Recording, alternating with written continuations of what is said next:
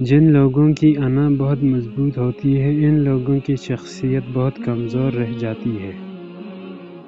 آپ کا شمار خوش نصیب لوگوں میں ہوگا اگر آپ آدھے خالی گلاس کو آدھا بھرا ہوا دیکھنے کی صلاحیت رکھتے ہیں۔ اندھیرے کی سب سے بھیانک قسم منفی سوچ ہوتی ہے جو امید کو ہر چراغ کو گل کر دیتی ہے۔ برائی سے بچنے کا آسان حل لوگوں کو برائی سے روکنا ہے کیونکہ اس کے بعد لوگ آپ کو برائی نہیں کرنے دیں گے۔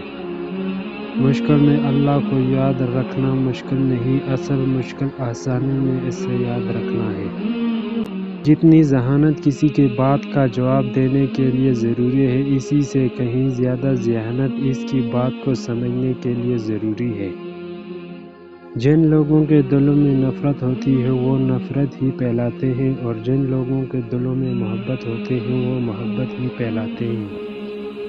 جسے گرم روزی کی پیاس متقی نہ بنا سکے اسے کوئی اور چیز کیسے متقی بنا سکتی ہے؟ جسے ٹھنڈے پانی کا افطار شکر گزار نہ بنا سکا اسے کوئی اور چیز کیسے شکر گزار بنا سکتی ہے؟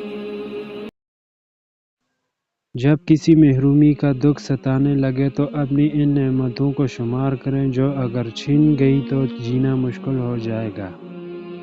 اندھے پن کی ہر قسم بری ہے مگر بدترین قسم دل کا اندھا پن ہے اور یہ اندھا پن تعصب سے پیدا ہوتا ہے۔ انسان کو دنیا میں اپنی جنت بنانے کے لیے بھیجا گیا ہے مگر انسان دنیا کو ہی اپنی جنت بنانے میں مگن رہتا ہے۔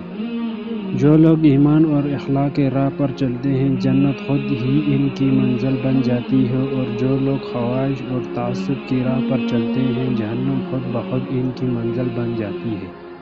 انتہا پسندی کی جواب میں انتہا پسندی کا رویہ آپ کے علم اور اخلاق کی شکست ہے۔ انتہا پسند کی جواب میں توازن پر قائم رہنا آپ کے علم و اخلاق کی فتح کی علامت ہے۔ جو لوگ اپنے سینے میں تعصب کی ناک پالتے ہیں وہ سب سے پہلے خود ہی ان کے زہر کا نشانہ بنتے ہیں۔ صبر کی عادت کے بغیر حصول جنت کی خواہش ایک ایسا خواب ہے جس کو کوئی تعبیر نہیں ہو سکتی۔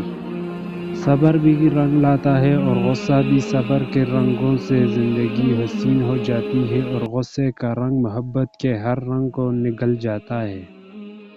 ہدایت بندوق کی گولی نہیں ہوتی جس سے دوسروں کو نشانہ بنایا جائے، یہ روشنی ہوتی ہے جو دل سے پھوٹتی ہے اور سب سے پہلے ہمارے اپنے وجود کو منور کرتی ہے۔ ہمارا اصل امتحان اس وقت شروع ہوتا ہے جب بظاہر ہم امتحان سے نکل چکے ہوتے ہیں۔ ندامت توبہ کی دروازے کی اصل کنجی ہے جبکہ سرکشی اور تاویل اس دروازے کی قفل ہے۔ روزہ جنت کا دروازہ ہے مگر یہ دروازے صرف وہی شخص کھول سکتا ہے جو روزے کی مشقت کو تقویٰ کی کنجی میں بدل سکتے ہیں۔